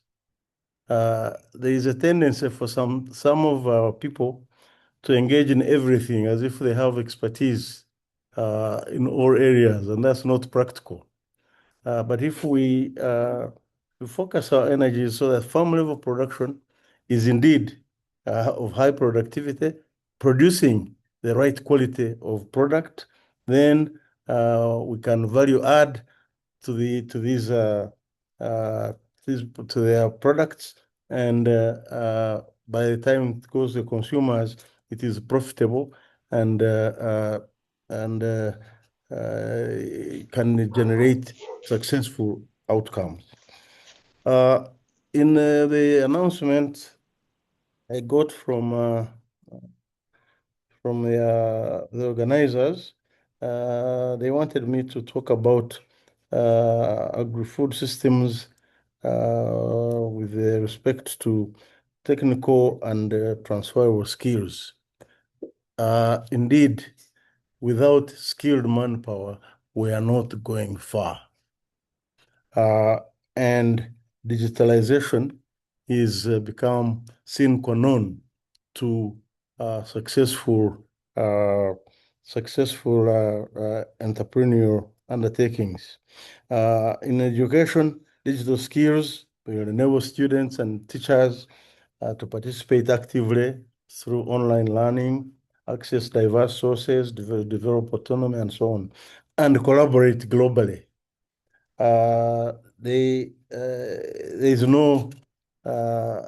We must move quickly to embrace the fourth industrial revolution, the technologies and skills. There was another question about how government, academia, and the private sector can collaborate. We look at my institution, Uganda Industrial Research Institute, takes center stage in coordinating with the three important entities, that's government, academia, and industry. One of the HEs talked about government. Industry is what creates jobs. Government creates the enabling environment. Academia prepares people to have the requisite skills, and we find ourselves in the center at the center stage as an institute where we are coordinating with all three, and so that we can participate in creating opportunities for apprenticeship for academia, creating technologies and skills for private sector, and working with the government to advise on the priorities for funding R&D. And so that is how we got connected. Finally, in summary, what I want to say about technology is that we know technologies that are driving change, and our curricula in universities and other tertiary institutions must recognize this and take the requisite action. What are the technologies driving change? is artificial intelligence, is blockchain, is virtual reality, is biotechnology, is robotics, is 3D printing, and the Internet of Things. I'm happy to report that our campus in Industrial Park of Kampala is addressing all these and working very closely with universities and the private sector to make sure that our youth are cognizant with all these technologies and actually practice them. I thank you very much. Thank you very much, Prof. Kwesiga. You've spoken about a lot of cutting edge, bleeding edge, innovative ideas and spaces, and of course you talked about finance at the beginning. To follow on that track, I would like to invite Dr. Shakib Janan, the Regional Practice Director for the Planet Team Western and Central Africa region at the World Bank. Shakib, are you on? I'm not sure. Yeah, there you are. I'm here. I'm just trying to unmute. All right. So, Dr. Janan, we've heard about what the needs are, and you've been deploying capital at scale. So, which financing models have had the greatest impact on creating sustainable, decent jobs in Africa, and how can we scale these, especially in rural economies, from your experience? Thank you, Dr. Araba. And let me first thank Academia 2063 and the Malabo Montpellier Forum organizer for inviting me to this important discussion. Let me start with the simple point. The financing models that create the most sustainable and decent jobs in Africa are not those that only provide capital, but those that reduce risk, build enterprise capacity, and connect financing to real market opportunities. So based on the bank and also the report that you just published, what are these models? First, credit guarantees and risk-sharing instruments have been among the most powerful tools. They address one of the main barriers to job creation in rural Africa, and that is the perception that agriculture and small enterprises are too risky to finance. By sharing risk with commercial banks and microfinance institutions, guarantees can unlock lendings to farmers, cooperatives, processors, and SMEs that would otherwise remain excluded. And this is why the World Bank Group is now scaling up guarantees in Africa to mobilize private investment in job-rich sectors, not only agriculture, but also energy, digital services, and trade. Second, matching grants and blended finance works well when they are tied to enterprise growth. These instruments are most effective when they are not simply subsidies, but performance-based support that help firms invest in equipment, technology, quality standards, and market access. When grant support is linked to hiring, productivity, or expansion, it creates a direct bridge between financing and job.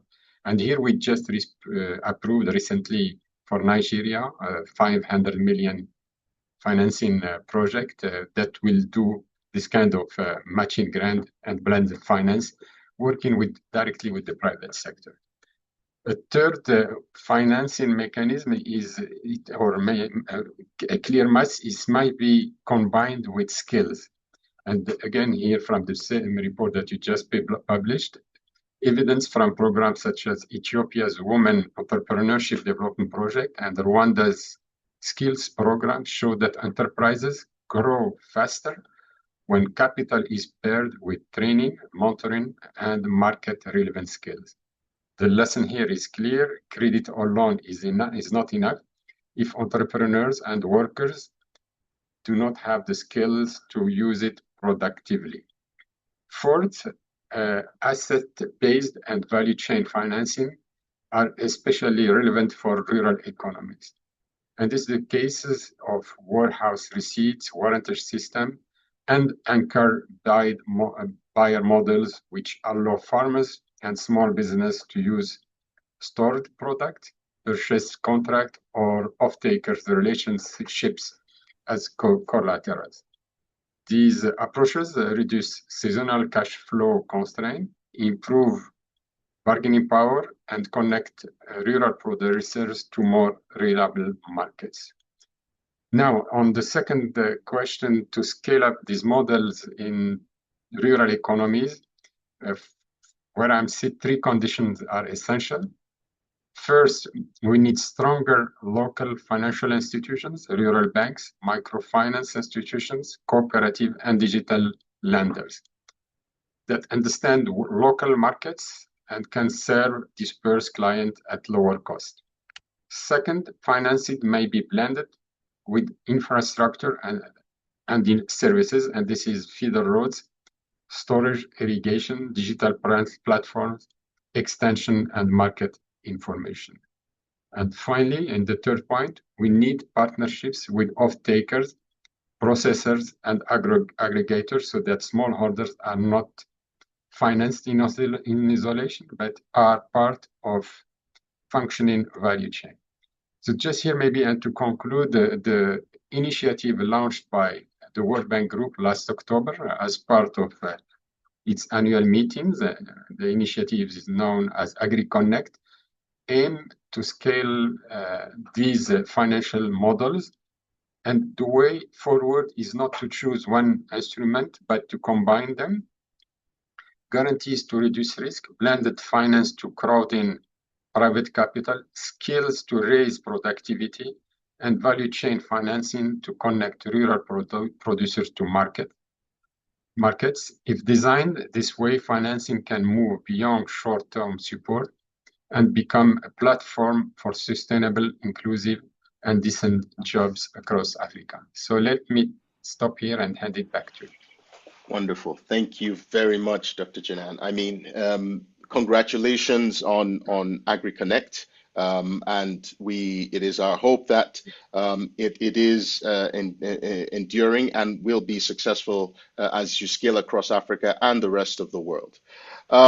Now, I couldn't help but pick up the $500 million matching facility for Nigeria.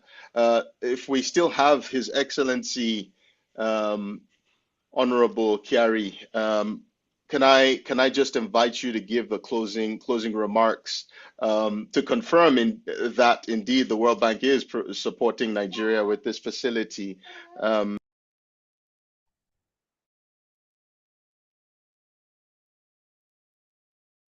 Hello, Dr. Araba, can you hear me? Yes, I am. I can hear you. Please carry on, Honorable Minister. Yeah, I didn't hear the last few words that you said. To confirm the support from the World Bank, is that what it is?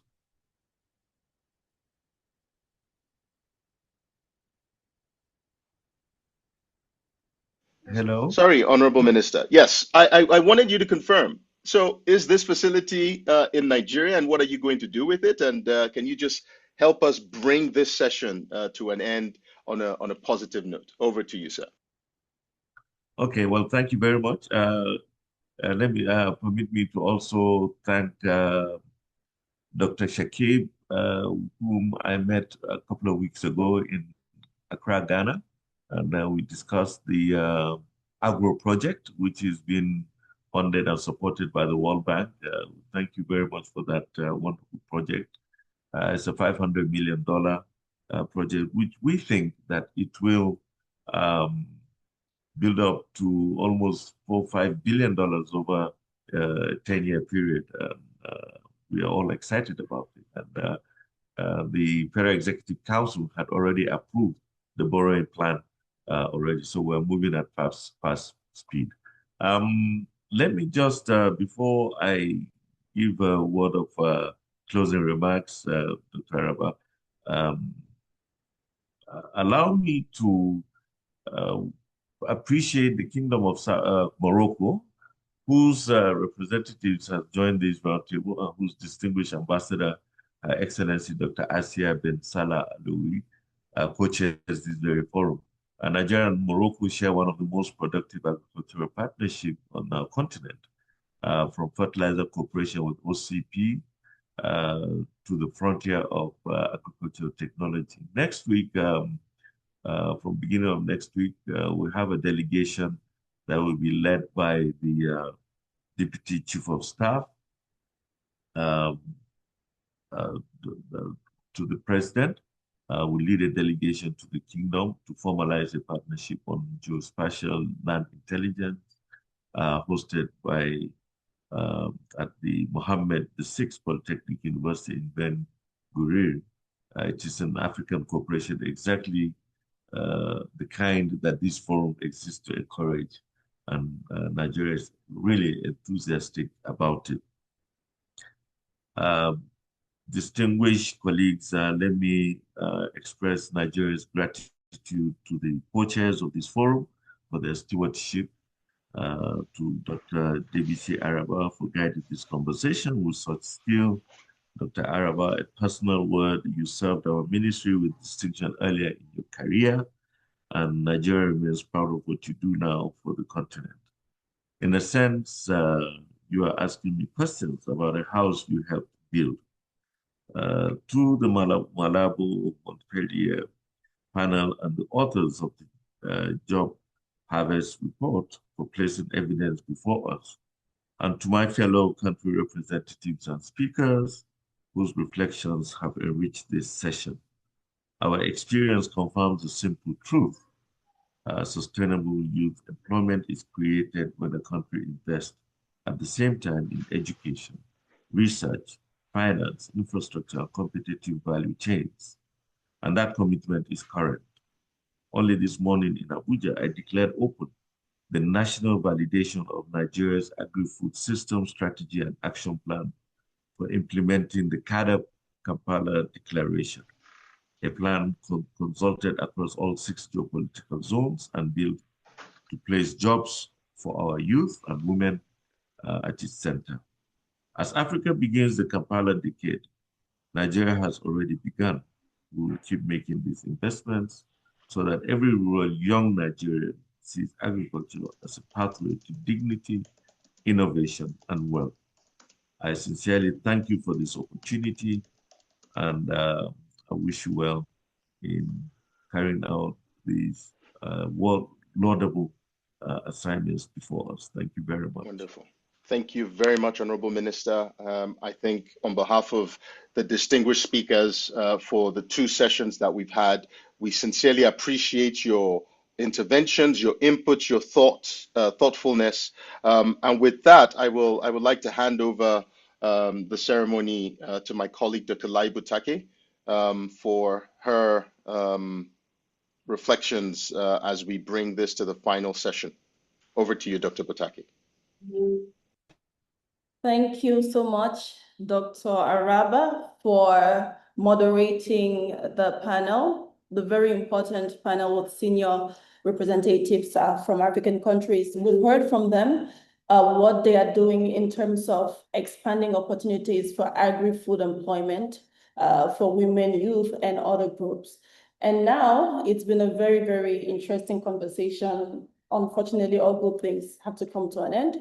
I'm delighted and honored to welcome our final speaker for the day. She is co-chair of the Malabo Montpellier Forum and ambassador at large to the King of Morocco. Please welcome Her Excellency, Dr. Asia Ben Salah Alawi, for her reflections and closing remarks.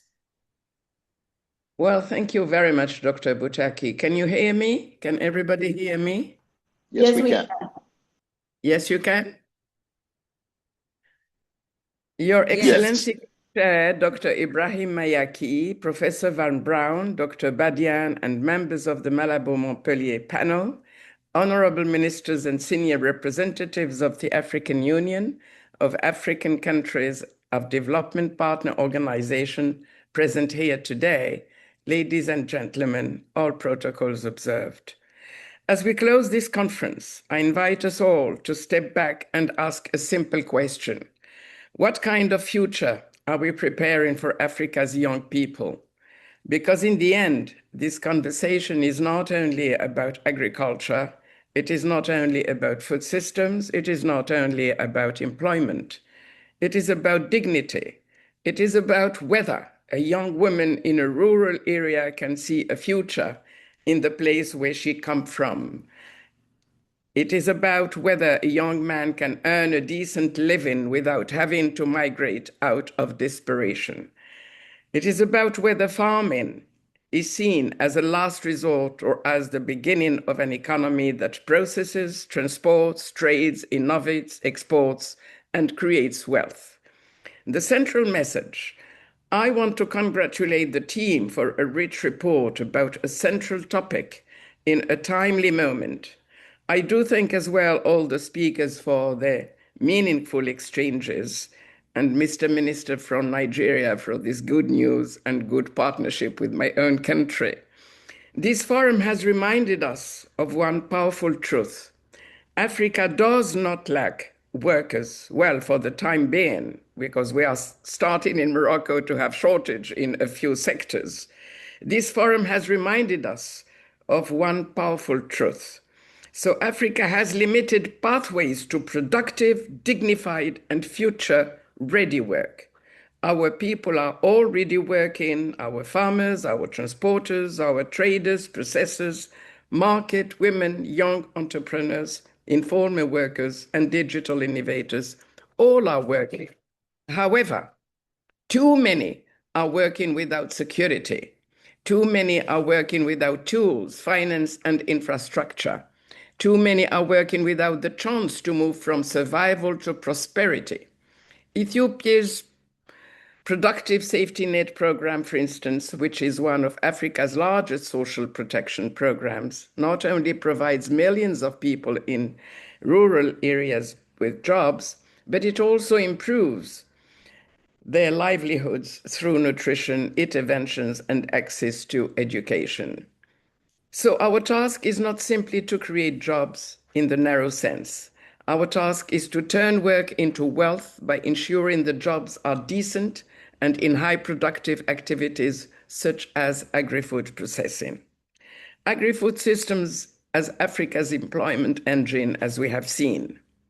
If we are serious about jobs in Africa, we must be serious about agri-food systems and not agriculture alone.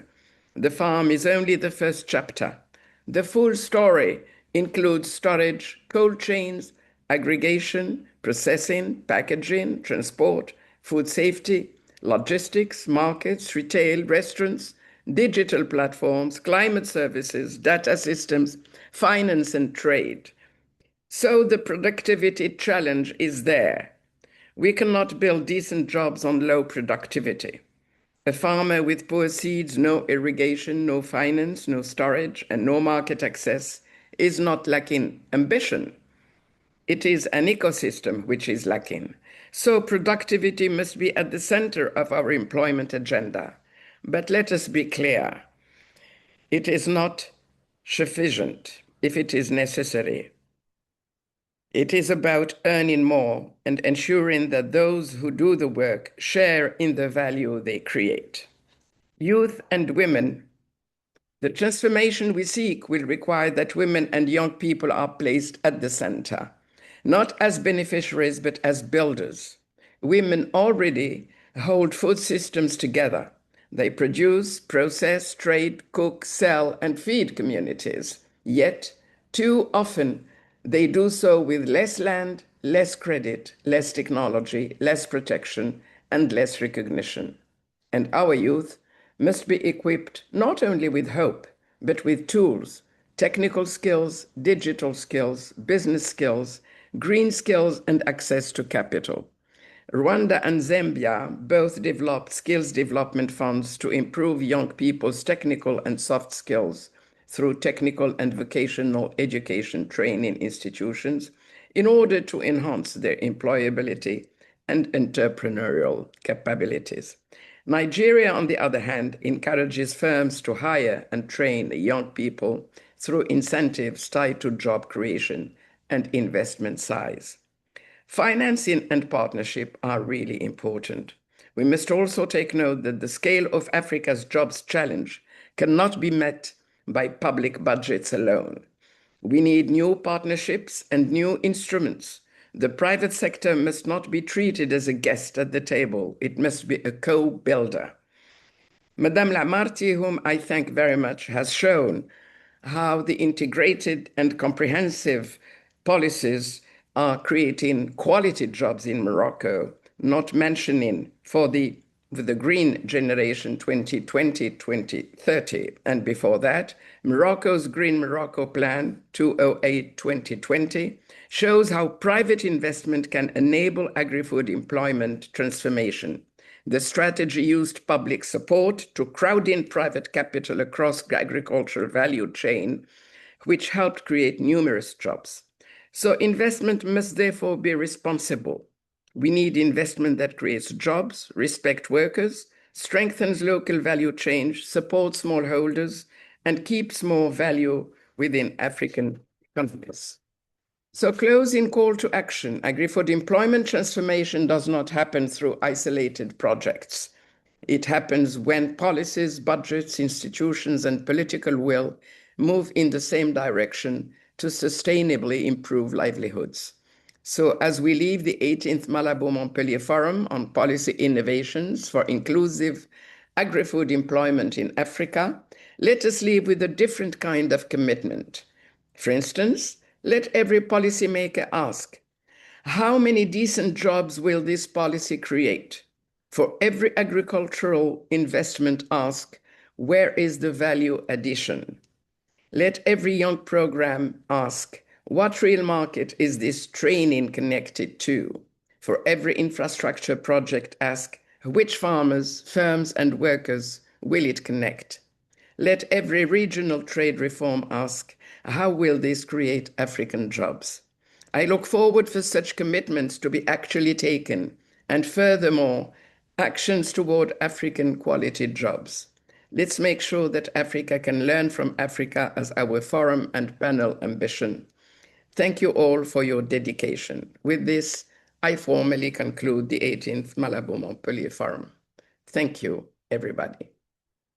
Thank you so much, Ambassador, Madam Co-Chair, for those closing remarks, for the resounding call to action for all gathered here, but not just those of us who are sitting around this virtual table, but all stakeholders, including youth and women. It's been a very exciting, enriching conversation. We went around 20 to 15 minutes over time, but I think it was worth it because we still have over 100 people on the call. If you take a minute to check in the chat, we have shared a link to the Agri-Food Employment resource page on the Malabo Montpellier panel website. Please click the link. And as we shared earlier, you will be receiving some communications from us where you will receive the presentation from this session as well as the link to the report. We are grateful for your time. Thank you to the panel co-chairs, to the forum co-chairs, to the moderator of the high-level government panel, and of course, to all the government representatives and to you all participants for taking out the time to tune in today. Until then, take care. Bye.